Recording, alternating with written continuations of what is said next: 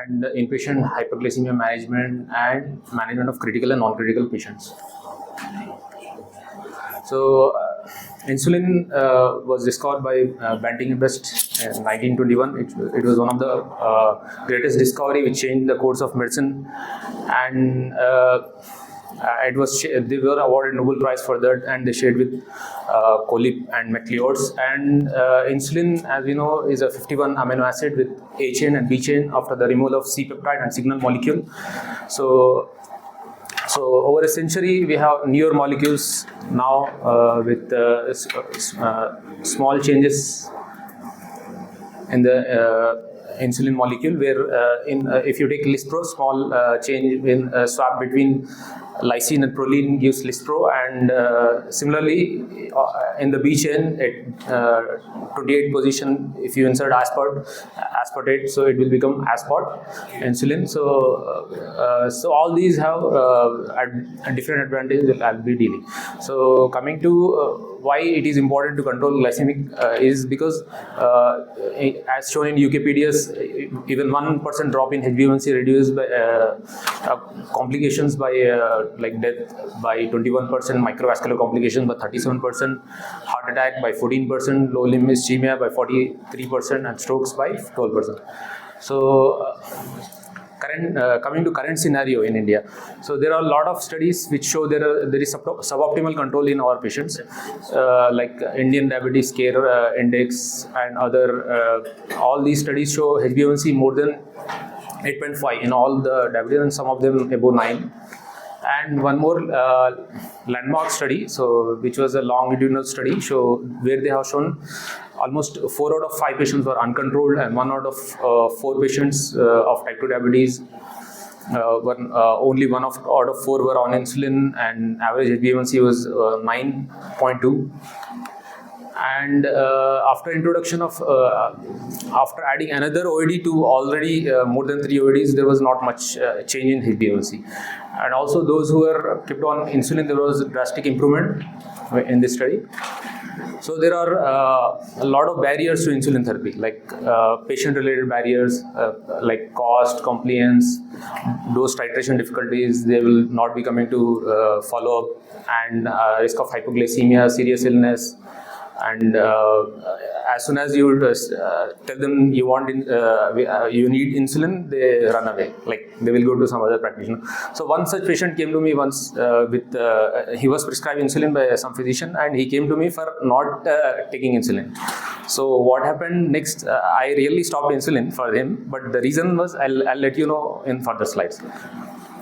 And we know from UKPDS and other studies that as soon as diabetes is diagnosed, 50% of beta cells are gone.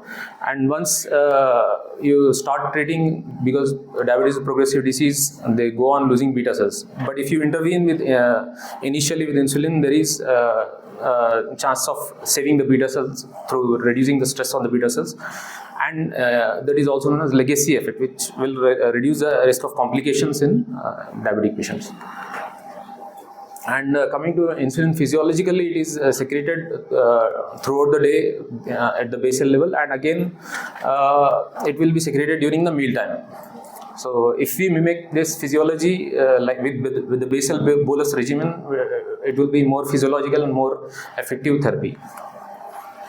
And coming to our Indian population, our Asian population, they have central obesity, and they are greater insulin resistance, and they have early decline in beta cells. They are at increased risk of cardiovascular diseases and microvascular complications because of probably the high carbohydrate intake we have. So you can see compared to Caucasians, we have more postprandial insulin as well as postprandial hyperglucose levels. And in the HbA1c, if you see the contribution of blood glucose levels, in the HbA1c in the Western countries, fasting contributes, postprandial contributes early in the HbA1c, like 7 to 8.5, but after above 8.5, it is more of fasting hyperglycemia. Whereas in Indian population, it is both fasting as well as postprandial. Initially, it is postprandial, but later, even at later stage, it is both contributes to the HbA1c. And coming to the available insulin therapies, so rapid acting insulins, insulin analogs like glulecine, lispro, and insulin aspart are available. And regular insulin is available. So these analogs have, they are shorter acting and more physiological. Normally food absorption occurs over 4 hours. So these also acting up to 4 hours. So, and peak action occurs at required at 1 hour, and they are also acting peak at the 1 hour. But whereas regular insulin, it forms hexamers and they take time to release, so they peak at 2 to 3 hours and are effective for 6 hours. It is not so physiological. And coming to longer intermediate acting and longer acting, which can be used as basal therapy. So NPH is available, which has action for 12 hours and sometimes 18 hours also, and peaks at 4 to 6 hours. So, and the longer acting insulins like glargine acts for 23 hours and degludec 36 hours, and glargine U300 concentrated glargine acts for 26 hours. So these are peakless longer acting insulin which can be used as basal newer insulins. Differentiating boluses, so it will be like rapid acting insulin. This insulin analogs, they have advantage of lesser postprandial hypoglycemia. They are rapidly acting and less susceptible to hypoglycemia and more physiological, because within the 4 hours they will be acting, and they have less variability with the dosing compared to regular insulin. So we have premix formulas like biphasic insulin mixtart 30/70 or mixtart 50/50, and analog premix like lispro mix 25/75 and 50/50, and aspart biaspart 30/70 and 50/50, and also like co-formulations like aspart with degludec, which can be used. So how to select the therapy? So selecting insulin therapy, like if patient present with basal elevated without not much postprandial excursions, we can select basal, and to start with it will be better to start with basal. And those who are having both preprandial as well as postprandial elevation prefer basal bolus or basal plus therapy and premix insulins. And those who are having more of prandial, we can keep basal plus or basal bolus therapy. So what are the indications for initiating insulin? So at the diagnosis, if sugars are more than 250, fasting or prandial more than 300, and HbA1c more than 9, and if patient is having infection, sepsis, or acute cardiovascular events, or decay and hyperosmolar states, pregnancy, diabetic kidney disease. So starting with basal, starting basal insulin in a patient with presents with elevated blood sugars, will address fasting first. So once we reduce the fasting, postprandial excursion also come down. So it will initially, at least initially in the first 2 to 3 years, it will help. And also basal, because it is much safer. Basal also was used in origin trial in pre-diabetic patients, so it is much safer to start. And also initially when patient sometimes does not follow your or instructions, sometimes some mistakes happen, like normally glargine is glargine degludec, they comes in 100 concentration, whereas other insulin come in 40 IU. So if they take 40 IU syringe and use basal, that may cause any other insulin, it will cause hypoglycemia, but basal, they are relatively safe. Even some misadventure happens, they are relatively safe with basal. Lesser risk of hypoglycemia will be there. So initially, at least we can start with the basal, and then we can up titrate, intensify the therapy.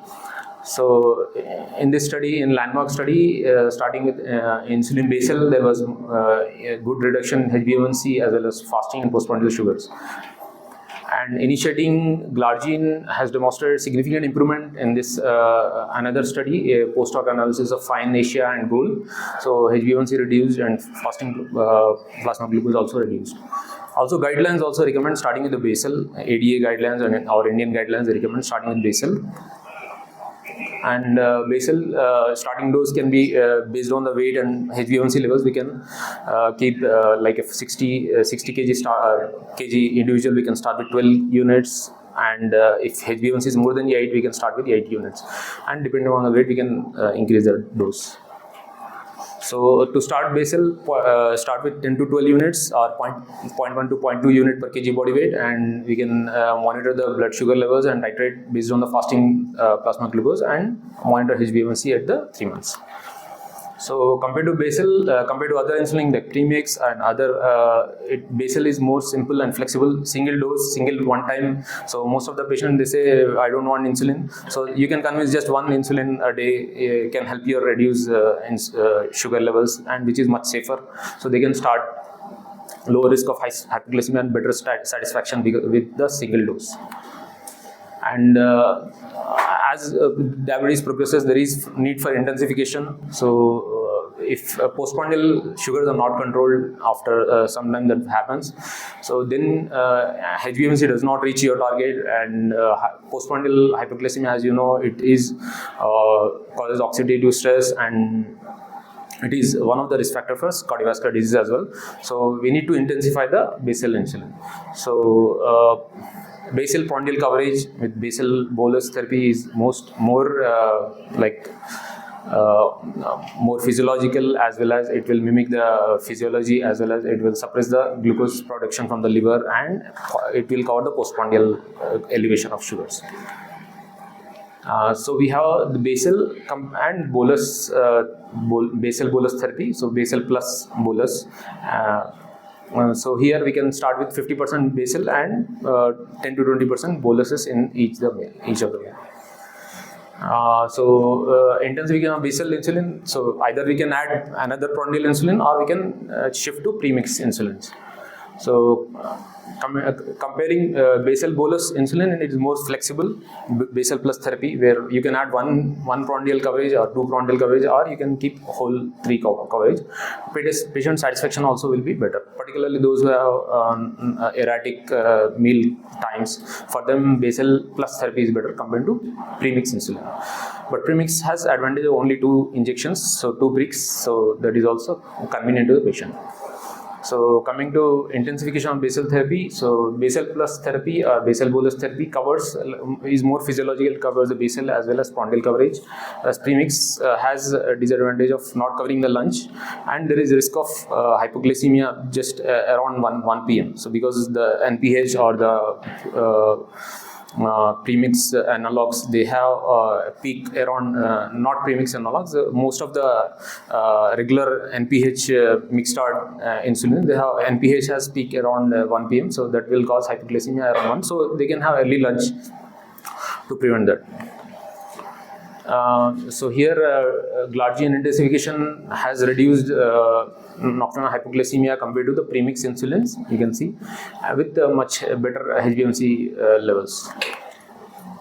So again, basal prefer analogs, in particularly those who are having kidney disease. Analogs pharmacodynamic does not change, and it will be less variability also compared to a regular insulin. So reiterating, and how to titrate, when to start. So ADA recommends when HbA1c is not adequately controlled in spite of basal therapy, we can add on basal prandial to the basal therapy. So you can start with 1, 2, and 3 prandial coverages depending on the patient and meal factors and all. So and you can titrate start with 2 units for 4 units. Or 10% of basal, and you can increase the dose by 1 to 2 units per week. So coming to premix intensification. So premix intensification from basal, you can split the dose of basal into 2 to start with, and then 50-50 in the morning and evening, and you can adjust the evening dose first, and then slowly increase over every week 2 to 4 units per week. So compared to other insulin, premix has advantage of covering both fasting as well as postprandial with only 2 injections and convenience to the patient, and those who are particularly elderly, they are better with this convenient dosing, and also particularly those who are having postprandial higher and requiring more, even with basal, they have higher postprandial cover, like fasting with by HbA1c ratio more than 20, less than 20 they require of premix or basal bolus therapy. So but premix has advantage in elderly early, and those with advanced disease, those who have retinopathy, they cannot check the frequent injections with the numbers problem. So, and dosing algorithm for as we have discussed, if they are not reaching a target and sugars are still elevated, you can increase. If it is between 140 to 80, you can increase by 2 units, and if it is more than 180, you can increase by 4 units.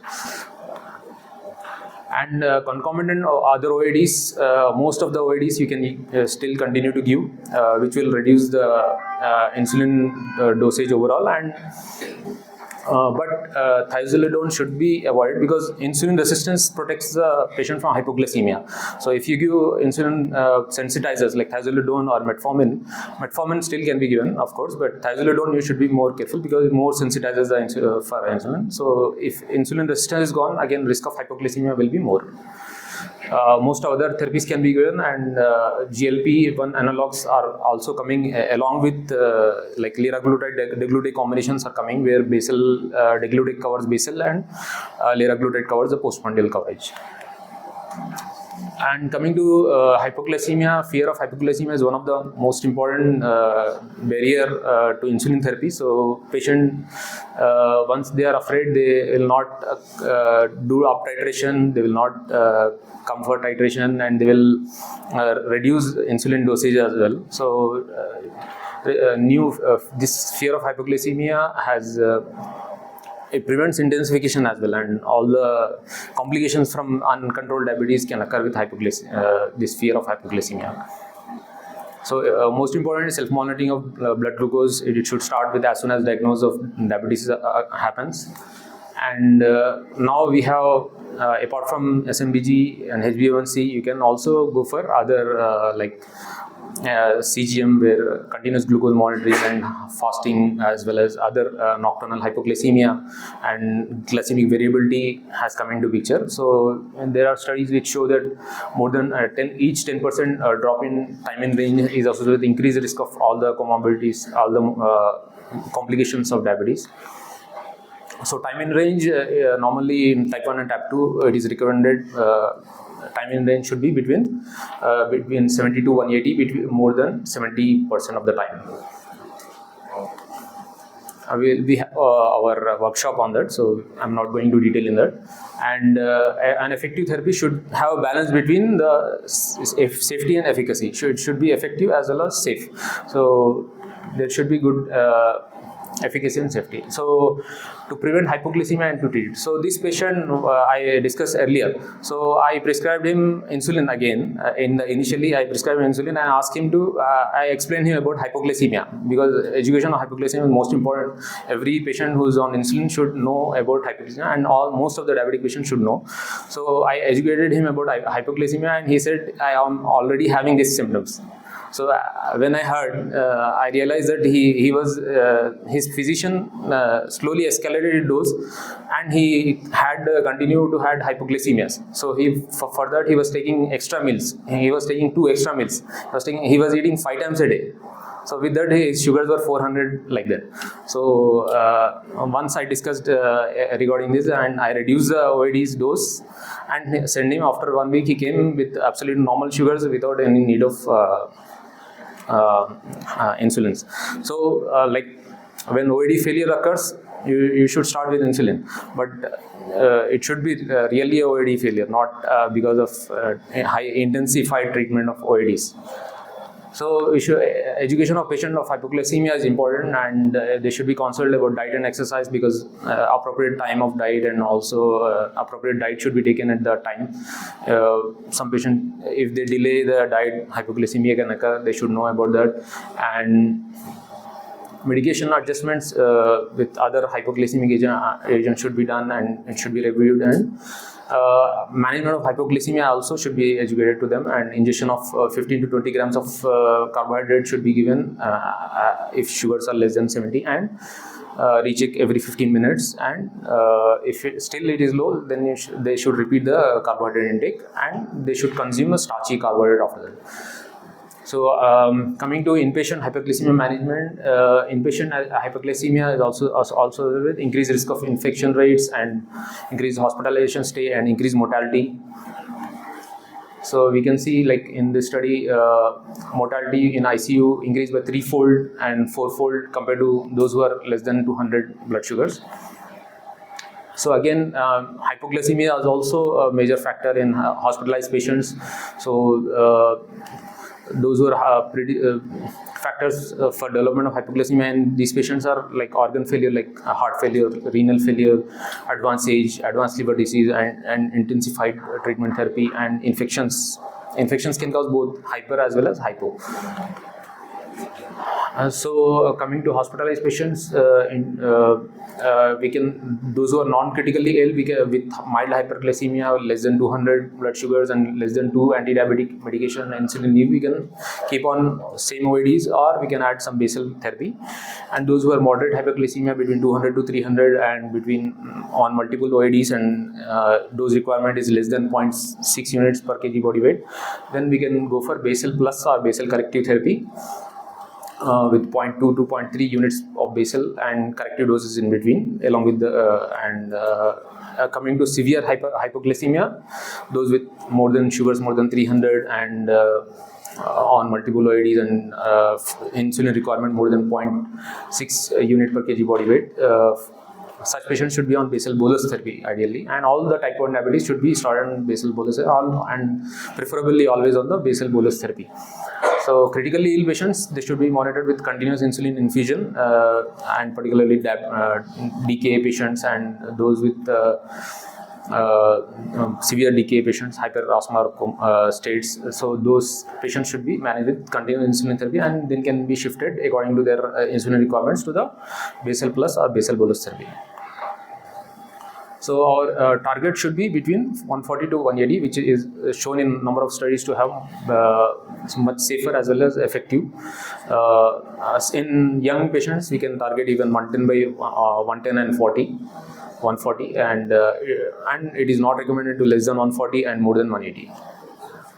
So IV insulin therapy, when we can use it like in state like DKA and hyperosmolar state, sepsis, acute cardiovascular events, TPN, and pregnancy with labor and delivery, around delivery, and major surgeries, and when patients are on steroids, and those who are uncontrolled despite multiple insulin injectable therapies, and to find out the dose requirement in them.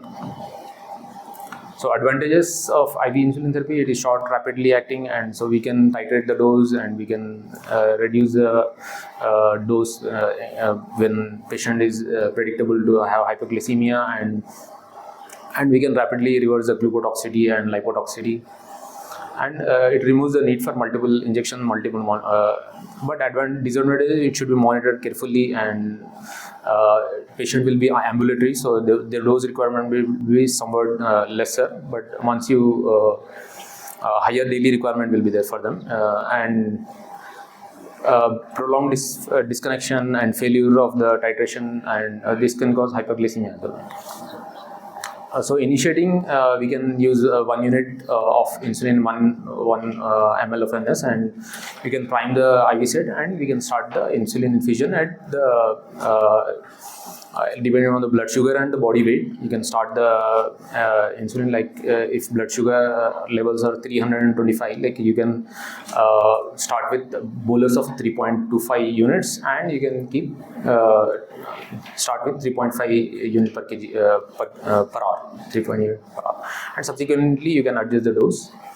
So for adjusting, there is Yale protocol, where you can, if sugars are going less than 70, you should disconnect the IV infusion, and if it is less than 50, you should give IV 25% dextrose or D50, and recheck sugars in 15 minutes. And if still low, you can again repeat, and if it gets corrected, then you can change the drip to 50% of previous if it is less than 50, and between 50 to 70 you can decrease to 75% of previous.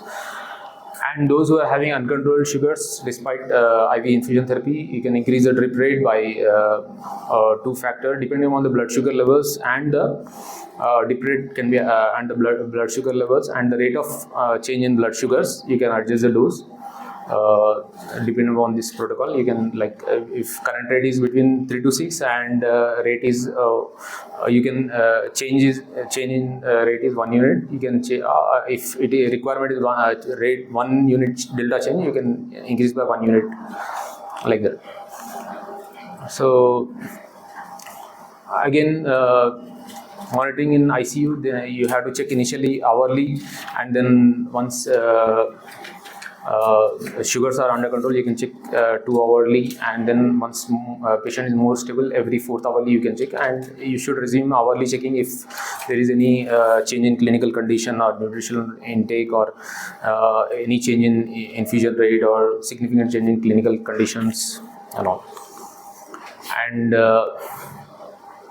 basal bolus therapy is better in non-critical hospitalized patients, and we should not prefer the sliding scale, but initially you can do the sliding scale for 1 or 2 days, and average you can take for a total daily requirement, and you can shift to basal bolus therapy depending on the total daily requirement of the patient. And with the IV infusion and the with stable sugars in the last 4 hours, you can take the insulin requirement per hour, and you can extrapolate it 24 hours, and with that you can calculate the total daily requirement, and you can give 50% as basal and remaining 50% as boluses in 3 divided boluses. So for example, here in this patient, sugars are stable from 6 a.m. to 9 a.m. and average requirement is 3 units per hour. So 24-hour requirement will be around 72 units, of which you can keep 36 as basal and 36 as bolus. So 12 bolus you can give.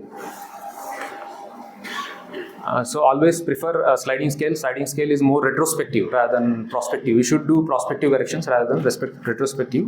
So it will be like a roller coaster ride if you follow the sliding scale. It will go up, then you give higher dose. When it is low, you will stop, and it will be like that only. So patient will be having high low sugars. But initially, you can to find the dose requirement, you can give sliding scale for 1 or 2 days and extrapolate that, take average of that, and convert it into basal bolus therapy. And premix can be given in some population, and basal bolus is always superior. Coming finally to sick day rules, particularly in type 1 diabetes, maintain fluid hydration and check ketones frequently. Particularly those who are having higher blood sugars more than 200, and I recommend small meals which they can tolerate, and continue basal therapy always. Even if they are not eating, they are having vomiting, continue basal therapy. That is the advantage of basal bolus therapy. You can continue basal always when they are skipping the meals, not able to eat the food in time. And supplemental insulin therapy to correct the hyperglycemia every 4 hours if needed. And if sugars are more than 240 with large ketonuria, they should consult the emergency physician or the treating endocrinologist.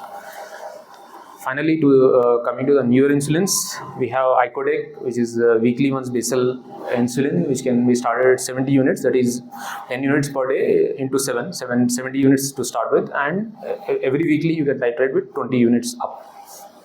Okay, and another newer insulin, Icosema, which is a combination of Icodec and semaglutide, which also is weekly. Semaglutide works, Icodec is basal, and semaglutide will cover the postprandial coverage.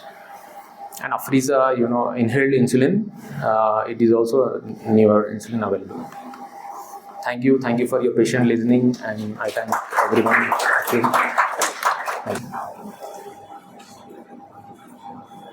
Thank you very much, Dr. Mujeeb. It was a very comprehensive presentation on the topic. We would like from all of us just want to listen something related to the health education that should be given to the patient who is taking insulin at household level, like regarding the storage and syringe safety. For that we have workshop. We are covering all the administration and technique and all the things in the workshop. Anything regarding the split mix? Split mix is also like option for some of the patients, like those who particularly GDM patients, where we can, because those who cannot afford premix or premix analogs particularly, so for them we can give split mix as well, like regular insulin and NPH, and we can combine in the same syringe. Used to give for type 1 diabetes also. Type 1 diabetes also we can give those like who are not affordable for neuron analogs and all. In pregnancy, can we use glargine? Pregnancy, yes. First option. Because mostly they will have the fasting hypertension. Yeah. So can we start with glargine or should we go directly with determinant or determinant? Detimer and NPH would be better in them, because it is like hepatic glucose output is more in them, particularly in the night. So you can start with the night NPH dose and Detimer in the night, and we can titrate the dose.